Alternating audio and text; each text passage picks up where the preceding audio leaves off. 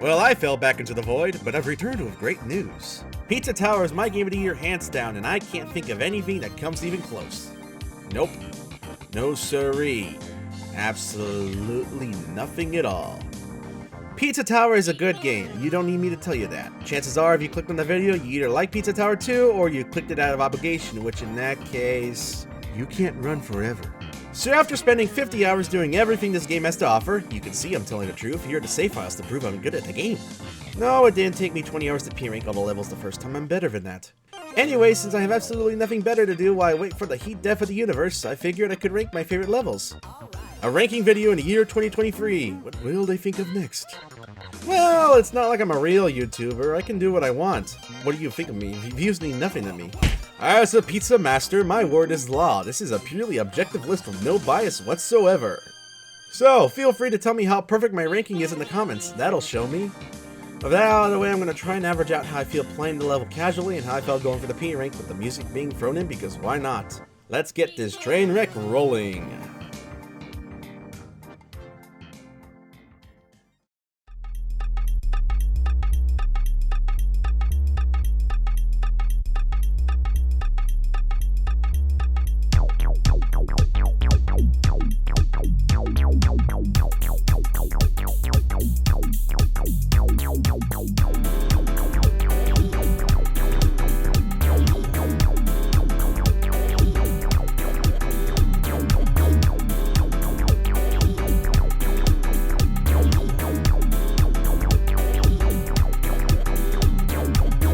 Let me get this straight. Golf is not a bad level. That being said, I don't like golf. It's not that I don't think the idea is good, it's just out of all the time I put into the game, this is the one stage I never really found a good flow for. Pizza Tower is a game that encourages going fast. You can blast past armed enemies, completely outrun certain hazards, and use your insane movement to keep the flow going. So why does it feel like going fast in this level makes everything worse? You have two main options to getting this grease ball where you want, properly taking a swing at it or smashing your face into it at Mach 12. Taking your time and actually playing golf is fine. In fact, aiming the nerd thing even resets your combo timer. You can take your time, there's nothing wrong with this approach. But you don't understand, I want to go fast. This may be a skill issue, but hitting the ball with the Mach run feels really inconsistent. Sometimes it works, other times it sends the ball backwards and wastes your time. It also doesn't help that these pick things are annoying if you don't instantly take them out, especially during pizza time. Trying to deal with them while trying not to lose your combo, while trying not to take too long because you still need to do a lap too, it's annoying. The music is pretty cool though, but that's not enough to save it from coming in dead last.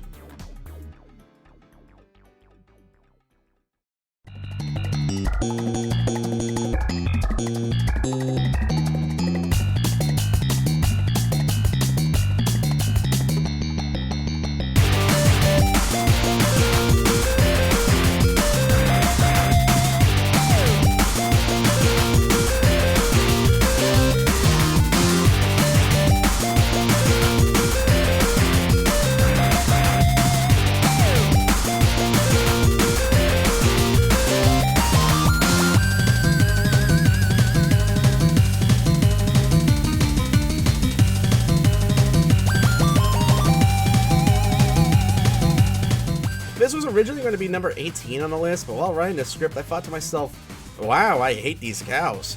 You heard it here first, folks. This level gets knocked down because of Alien Cow, and I'm not sorry. For being the first level of World 2, this place really kicks your confidence down when you've only P-ranked World 1. Firemouth is the name of the game here, and while it's definitely on the more controllable side of transformations, it's still used in a few ways that make me a little mad. Getting hurt makes you lose the transformation, and while that's normal for most of them, having to run back to this full to get another spice swing just adds insult to injury. Special attention goes to one of the last two pizza marts where you don't want the form. Real helpful after using it for the whole level.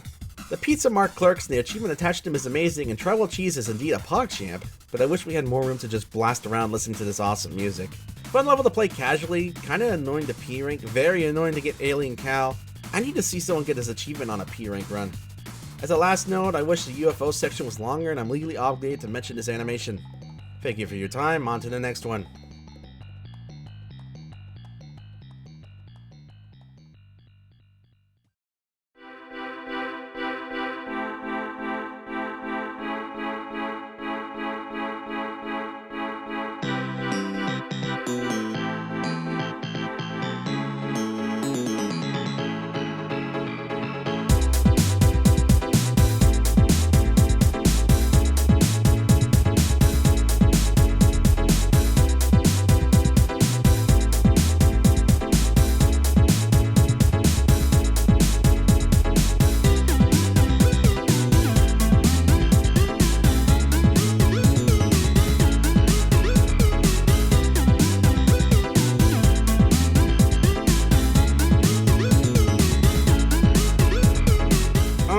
it's another one of the painful P ranks. Visa Raider is so close to not being on my personal grudge list of took too long to P rank, but it's still got enough going on that I'm going to put it here out of spite. First things first, I think the heater gimmick is pretty cool. Having to run through a room you just melted without the ice blocks to need, and if anything, I feel the level could have used more of them. The jet, heater, rocket things, they're an interesting side gimmick. They do contribute to some really annoying secrets though. Santa is annoying, but with a face like that, you know he's doing it on purpose. But that leads me to these snowman things he drops. This level just feels like spamming them over the course of a few rooms, and the first room is kind of annoying to get through. Almost like it wants you to waste your super taunt now instead of using it for that Santa achievement. The spicy pizza power-up is really neat, and it's one of the few transformations that doesn't take away any movement options from the player. The spin jump is alright, but being able to plow for anything is really rewarding. My only complaint is that the time between getting the pizza and activating pizza time is really short, so you spend most of your time with the transformation on escape where it's used to melt blocks instead of charging through crap. Getting rid of the ability for lap 2 is a neat challenge, but I will say I personally despise this room for killing 2 P-rank attempts in a row. The music is really chill, and I especially appreciate the Mario World piano. At least I think it's the Mario World piano.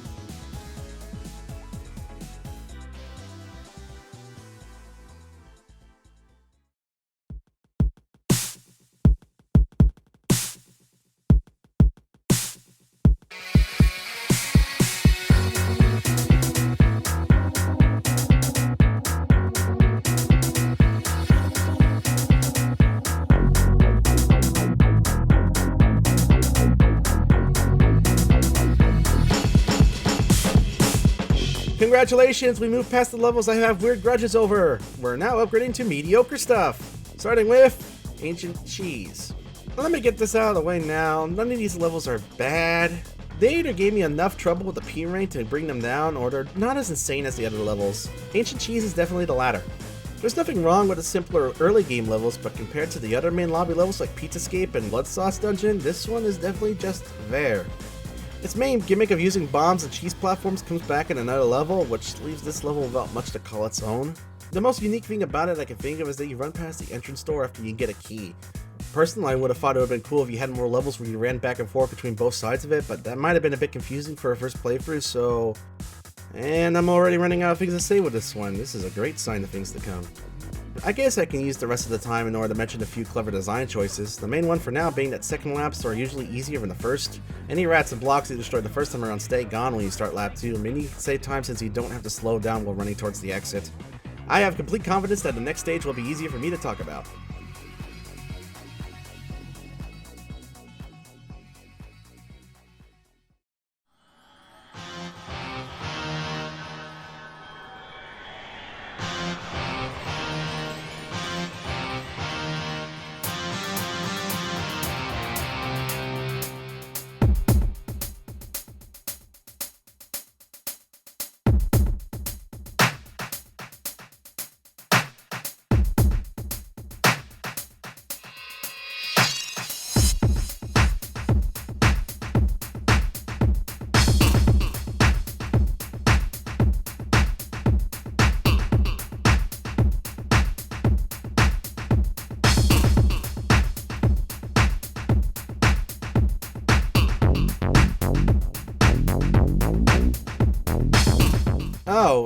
This isn't easier at all. Look, what do you want me to say? It's literally the first level of the game. I honestly consider it an extension of the tutorial. It's not a bad first level. For it being 3 long hallways back to back, it teaches everything the player needs to know. Tops are out in the open, secrets hide behind ice symbols. More often than not, it's more practical to get the secret treasure on the way out versus hiking all the way back when you find your room, and the way back is often different than the way you came in. Fork Nights suck if you're new to the game, and sometimes it's really easy to overshoot the exit door and accidentally run into lap 2. The achievements also do a really good job of teaching the player. Sure, you have the achievement that almost everyone does on a complete accident, but the other two quietly nudge the player towards the best way to play the game.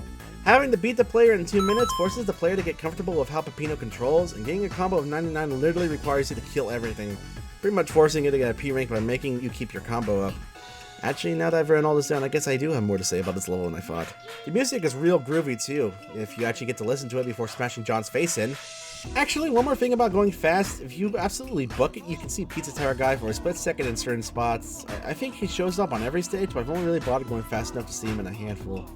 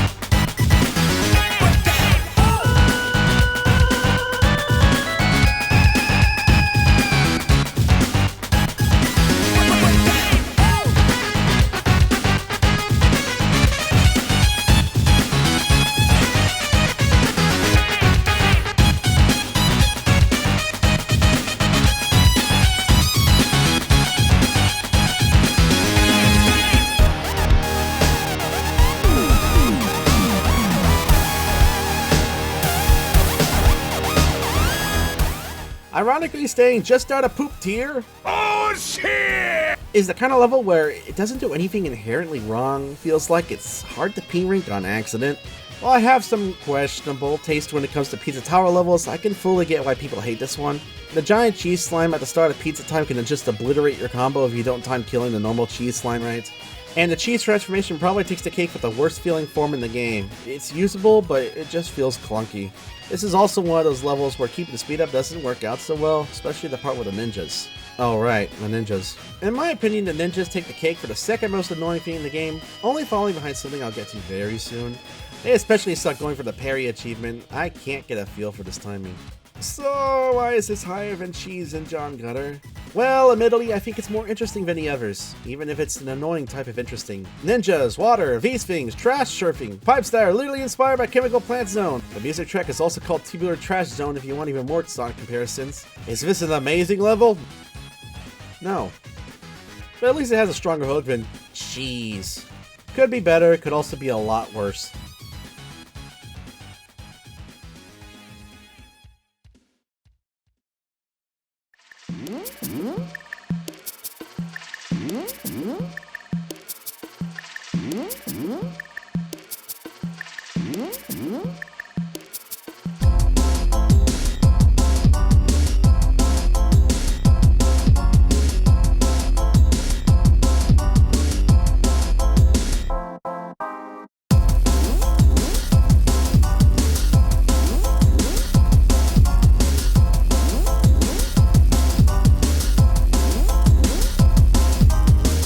Speaking of trash taste, why is this not at the bottom? Yes, this is one of the most grueling P-ranks in the game. Yes, it has these stupid things. Yes, it has that one stretch where slowing down at all will kill your combo, but consider for a second, it has Brick. Gustavo and Brick bring a whole different type of flow to the game. So much so, I honestly think they could have had their own game. That being said, I don't think they're as fun as Pepino, but they're just the fresh of breath air we all need from time to time. Going back to that P-rank. It took me well over an hour to get the P-rank on the stage for the first time and I absolutely hated it, but after getting all the P-ranks I came back to this level and realized something.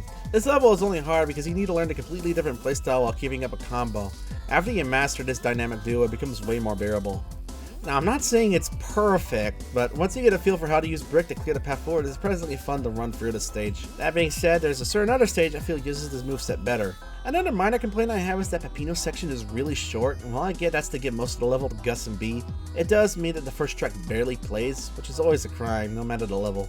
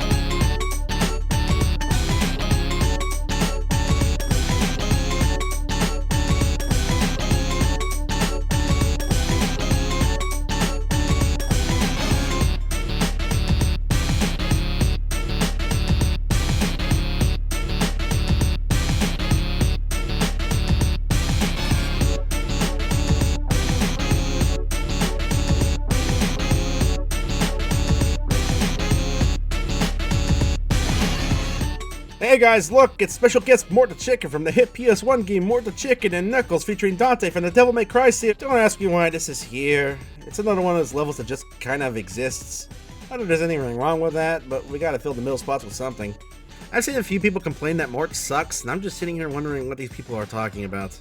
Mort is weird, but it's not like he's anywhere near as bad as the cheese thing from Teenage Cardboard Ninja Pizzas over there. The Mort cube makes me uncomfortable, and I honestly feel touching it might send me to a PS1 Shadow Realm. Oh great, this is another one of those levels where I run out of stuff to say only halfway into the page of the script. Well, I guess we can thank the stage for all the special guest title cards. I'm just gonna hope that someday when custom levels are modeled in and we actually get unique cameo levels for some of these morons. It'd be great. I'm just gonna move on now. Woo.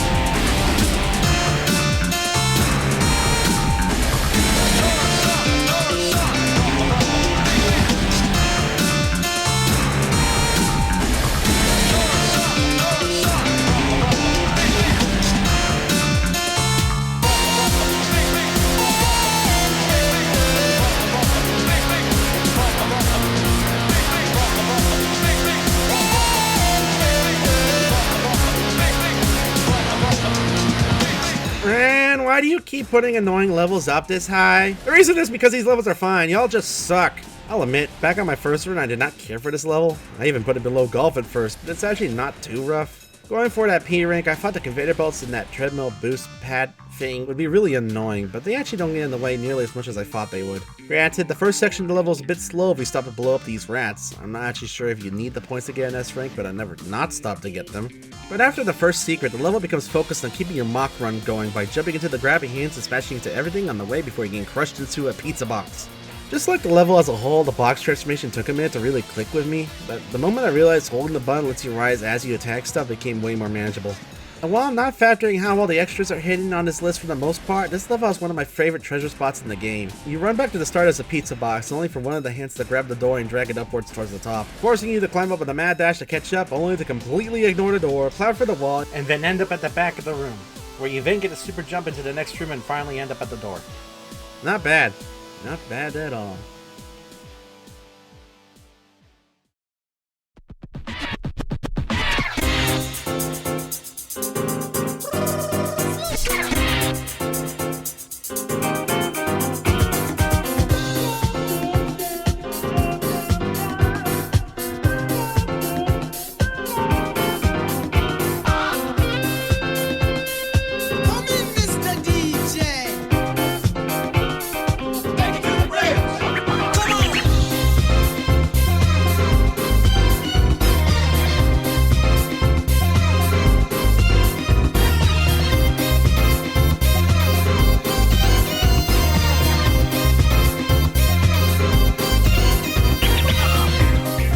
This level wins the award for being the stage I desperately wanted to rank higher but can't because it has just enough mess stuff to bring it down. First things first, this is hands down one of my favorite music tracks in the game. I was jamming to this years before the game came out and I can say with confidence that it still holds up. This level has a good balance of areas where you can just press down on the gas pedal and just blast through while still having enough turns to make sure you still have to think. The pirate goblin sections are an interesting gimmick which adds a sense of speed since slowing down or hitting a wall can place you right in the path of an explosion. This level also uses the same water current from Poop Stage, but it works better here because it acts more like an automated section instead of something you need to actively avoid. That just leaves the barrel in the room. Yeah, the barrel's kinda bad. It's not horrible by any means, but it's just unwieldy enough that it gets annoying in a few places, specifically Secret 1, this whole section right here, and parts of Pizza Time. And it also gets double bad points for doing the same thing as Oregano Desert, where getting hurt during a barrel section forces you to backtrack back to the barrel spot to try again. Don't do that, it makes me want to rank your levels lower. But again, the music is amazing, so it gets a slight pass. It also has these pineapple dudes that are just kinda vibing, so that's cool.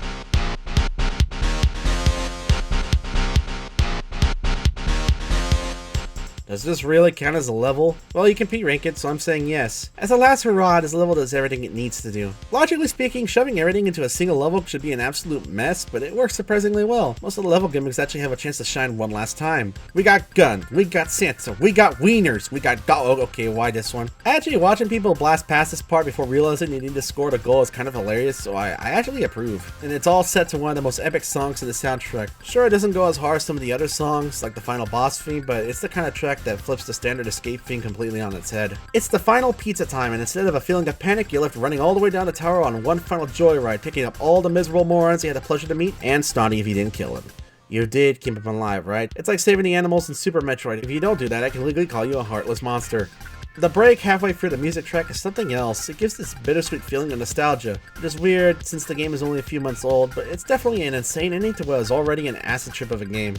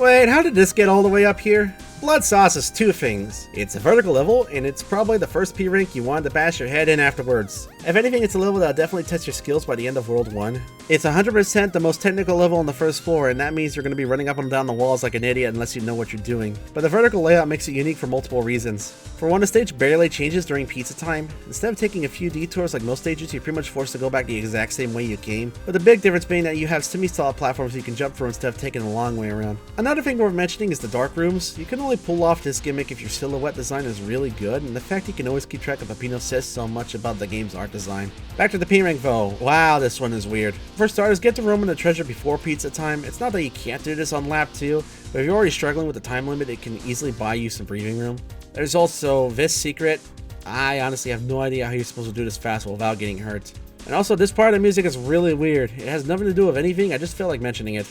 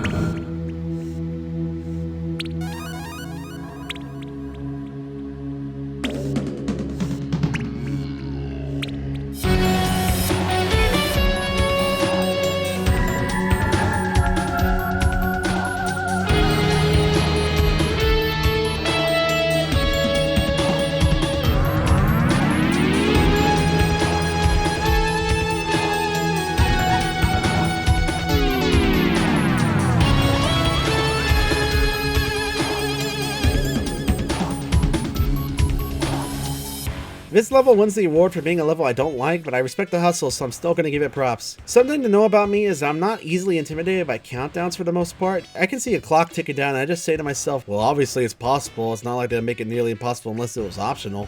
So yeah, time limits don't do it for me. Jump scares on the other hand, well, that's a different story. It's not like the top-end monsters are really that scary, but as someone who jumps easily, I like to avoid, well, that.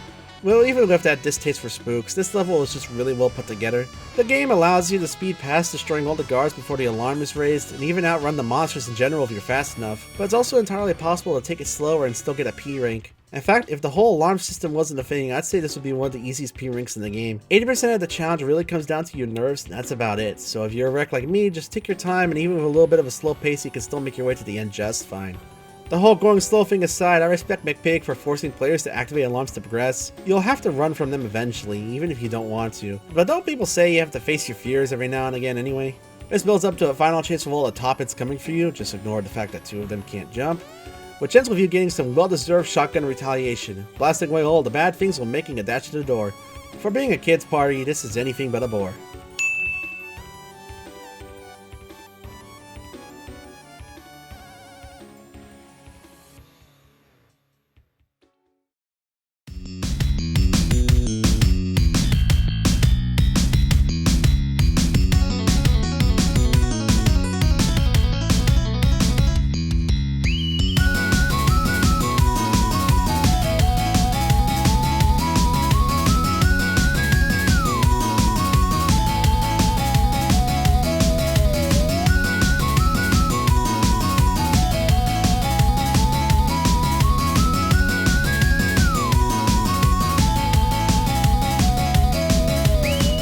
You get to ride a weenie in this level. That objectively makes it A tier, alright? All things considered, this is another one of those levels people seem to dislike for some reason. Like, I've seen a few people blame this rocking horse thing for bringing down the level, and I'm just wondering if we're playing the same game. For how smug the thing is, it's not exactly fast. The only one I can see giving people any real trouble is the one in the room with the fans, because they're a little annoying. But even then, it's not that bad. Going back to sausage jokes, the Weenie Mountain is a fun addition. I especially like the sections where you need to hop quickly between weenies to keep the speed going. Actually, most of this level is fun to keep the speed up in general. Yeah, this is another one of those levels where I don't have much to say, not because it's boring, but because it's just a solid level. Maybe a little high up for what it is, but I'm too lazy to find out where I move it. If there's anything I feel like nitpicking about is that these things aren't exactly on my list for favorite enemies, but they're far from a real problem. They fit the theme, and that's neat. I do wish there was a second music track for this one, but beggars can't be choosers. Also, Gustavo was drunk during the escape, and that's just a fun detail. Moving on.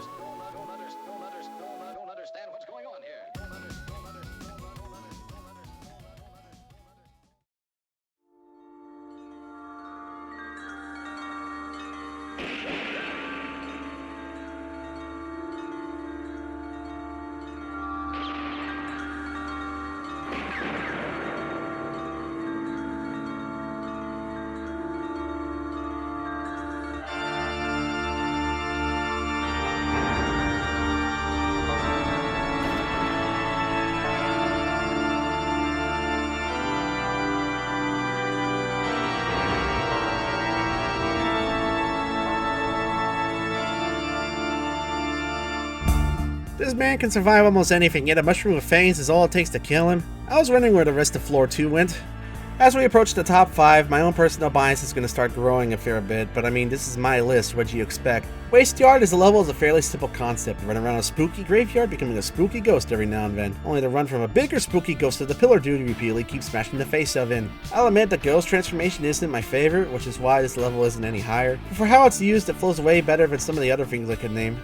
Going back to Ghost John, I think it's a fun gimmick that more or less acts like a Pizza Face Light Edition, and by that I mean you maniacs who played the lap 3 mod could outrun this dude for days. I actually originally thought that Ghost John was going to be in more levels, almost like a way to show difficulty progression. My best comparison is how Bowser starts throwing hammers in the later worlds of Mario 1. I'm glad he's a Waste Yard exclusive though, because while he's not exactly hard to avoid, as mentioned earlier, getting chased constantly does much more for my blood pressure than the countdown ever does. Also, this gets the award for the slime that grew on me the most over time. It starts out slow, but the build up for Tombstone, Arizona honestly works so well in my opinion. Definitely another favorite from the soundtrack.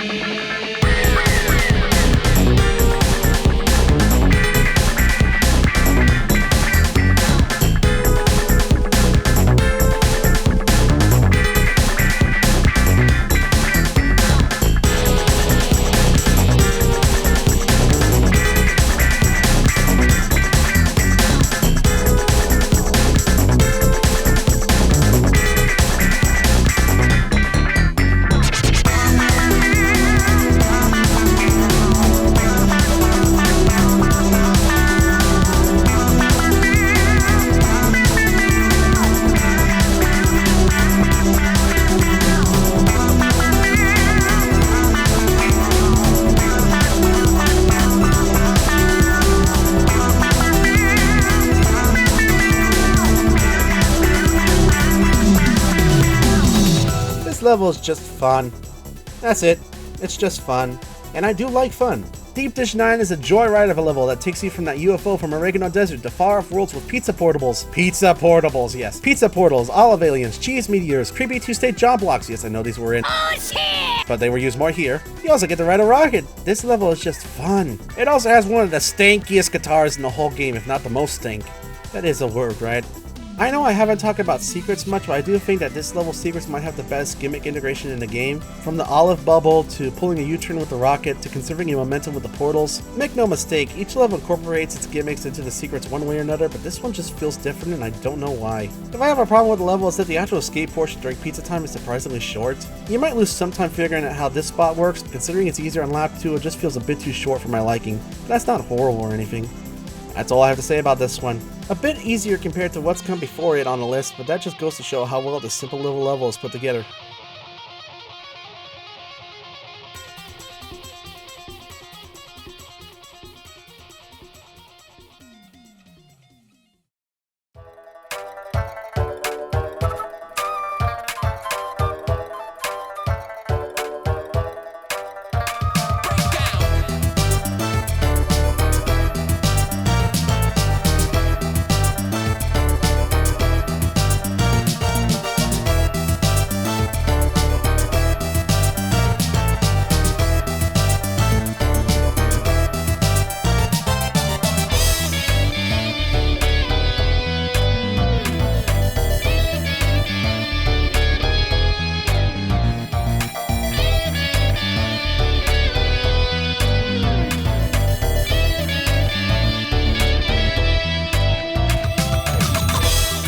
My son! He's back! Look at the boy! Yeah, it was only a matter of time before Gus and B crashed the party again, and this one is so much better than Gnome Forest. For starters, Peppino actually does stuff this time. It's going to be a little messy switching between talking about Peppino and Gustavo, but the real meat of this level comes from how the two of them interact with the same level gimmicks differently. Peppino grinds on the rails while Gustavo hangs from them like some sort of monkey man. These cops will get you ride in handcuffs, forcing you to bring the bacon if you know what I'm saying. Meanwhile, Peppino, being the embodiment of raw anxiety that he is, could just slingshot himself with a mock run. Peppino rides up by grabbing these rat balloon things for a lift, while Brick just eats them. This level has so much charm too. You got dancing pigs you can take pictures with, this thing. Why is this guy even here? The cab cutscenes, all of them. Peppino getting thrown in jail, the bacon room. Not to mention, this level actually has a unique background for pizza time. I'm pretty sure more of these were planned at some point, and it's a real shame they were cut. Speaking of shame, it's unfortunate we only got 2 Gustavo levels. Now, I'm happy with what we got. This game doesn't overstay its welcome, and that's a good thing. But I wish we had one more to round it all out. Imagine a level where you constantly switch between the two of them in a tag team sort of way compared to dedicating a single part of each level to them, but that's just a dumb wish. This level still rocks regardless.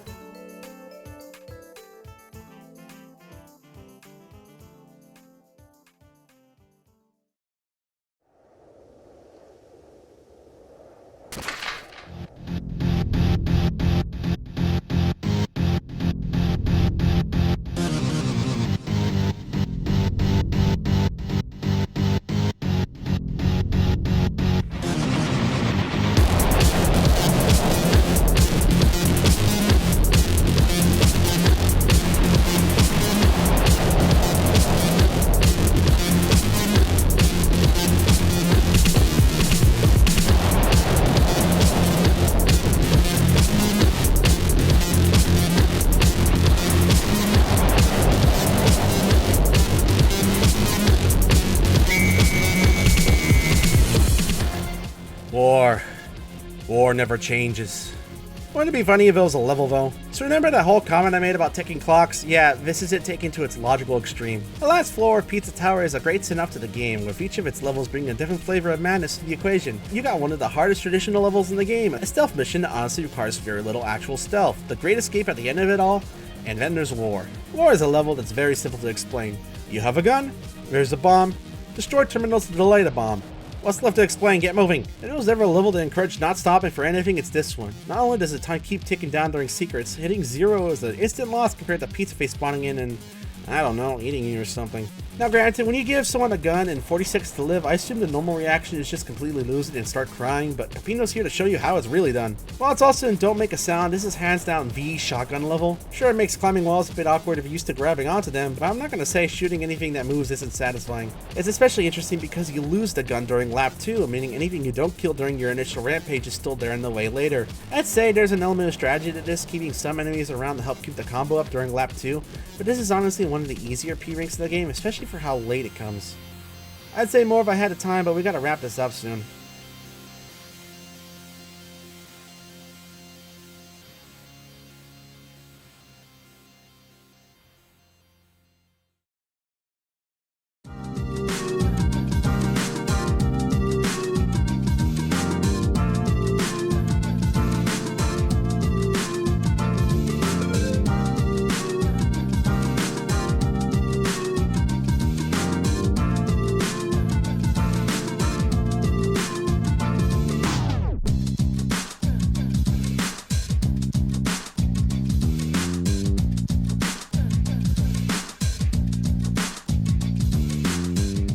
If you've been paying attention, you'll notice there's 2 pizza-shaped holes in this list so far, and that's intentional.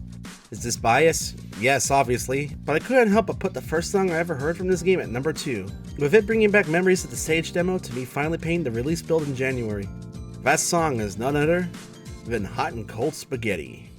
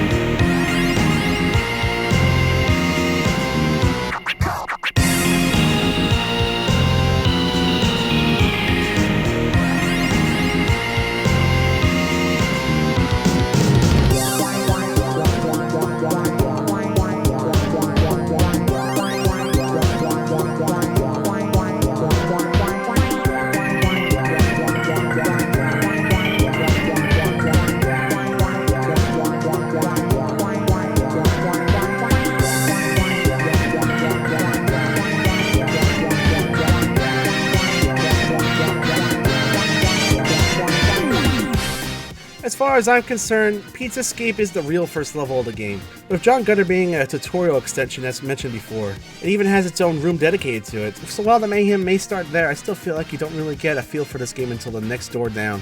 Seeing this level evolve and grow during development over the years was something else. What amazes me the most is how much the final version resembles the Sage version, even after McPig went back and revamped every level to be more speed-oriented. The armor serves its purpose of being the first transformation modestly well, with the first two secrets both using it. Both of them are hidden in plain sight beautifully. The first one sits there out in the open like a sore thumb, waiting for you to figure out the solution. And then the second one is easier to spot once you start looking for them, but requires good timing to not completely ruin the combo. One mild complaint even on something this high is that the third secret feels a little unrelated to the rest of the stage. Sure, there's an achievement for getting kicked into an enemy, but it just feels like a bit of an afterthought at first. Still though, this level builds up what was established in John Gutter, giving us plenty of Fork Knights to learn how to parry, the Super Taunt being an excellent way of clearing hordes of them without slowing down. Not to mention naturally showing you how priests work and how some secrets can only be found by avoiding them. To putting the Lap 2 portal right there by the start in case you were too dense to go into the side room in John Gutter. It's a level that lets you use every single thing you've learned, but it's not number one.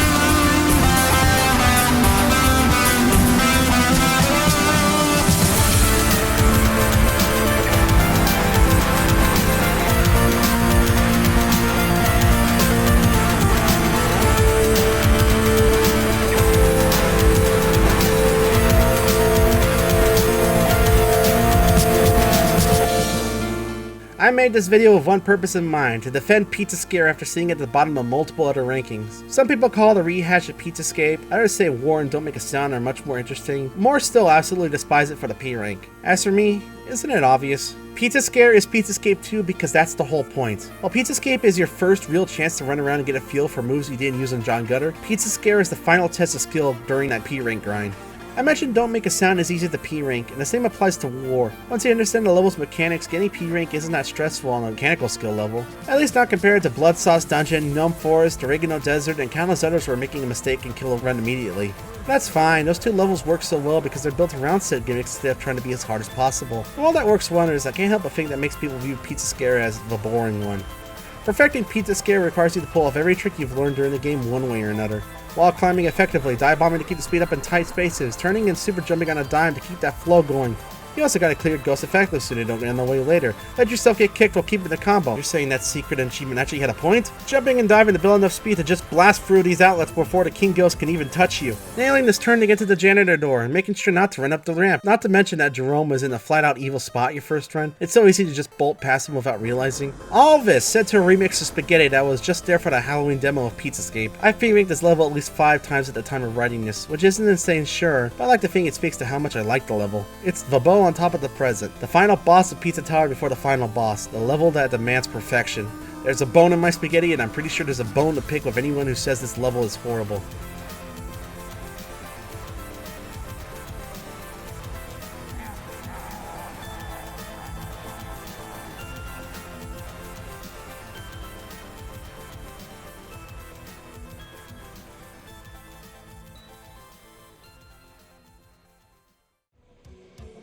At least that's just my opinion. This is the part of the video where I ask anyone who's made it this far to put their own list in the comments in a vain attempt to try and increase viewer interactions to help a one day gain more than 100 views on a video that took me days to make. I'm not salty, I'm just playing the game YouTube wants me to play. While you're there, go ahead and like the video. Or dislike it, I don't care. YouTube says it hurts people's feelings, but I can still see the numbers, so what difference does it make? And if you're really crazy, maybe hit that subscribe button too. I won't pressure you to hit the bell though. Knowing my upload schedule, you'll probably forget who I am by the time something comes through. That's enough of that. Play Pizza Tower if you somehow have any absolute insane person.